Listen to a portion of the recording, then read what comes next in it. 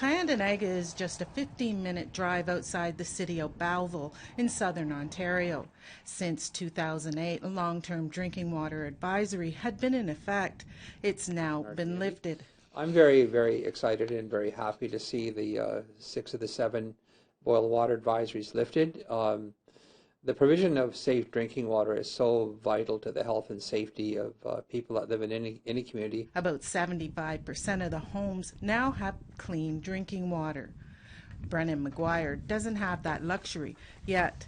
It'll be a few more years before the water lines are hooked up here. Not having clean water to drink is definitely a struggle because you don't really realize how awful it is until you wake up thirsty and you realize I don't have any water. I can't go to my tap to drink water.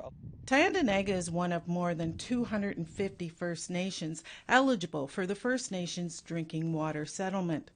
Affected individuals are also eligible for part of the $1.8 billion set aside as compensation. We don't do census in the community, but generally speaking, we've had around 2,200 members living in the community. Between 2,000 and 2,200 members have lived here.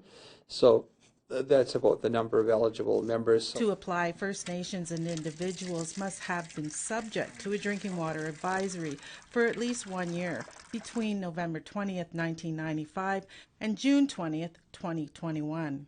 Applications can be printed from the website at firstnationsdrinkingwater.ca or filed online. It can be complicated. That's why Tyendinaga has help. We've hired a staff person, to work with community members, but also OKT Law, Kevin Hill, they're working with communities too to help file their claims for the class action lawsuit. So there is help available there. A claim for compensation doesn't mean a lot to band member Brandy Miracle. I haven't really thought about it yet because it's going to be breadcrumbs compared to what it should be. Many people she's spoken to have had trouble understanding the claim process. Well, it states in this claim that if you suffered any kind of health problems, they review your problem, and you'll need a family doctor to confirm it. And if you don't have a family doctor,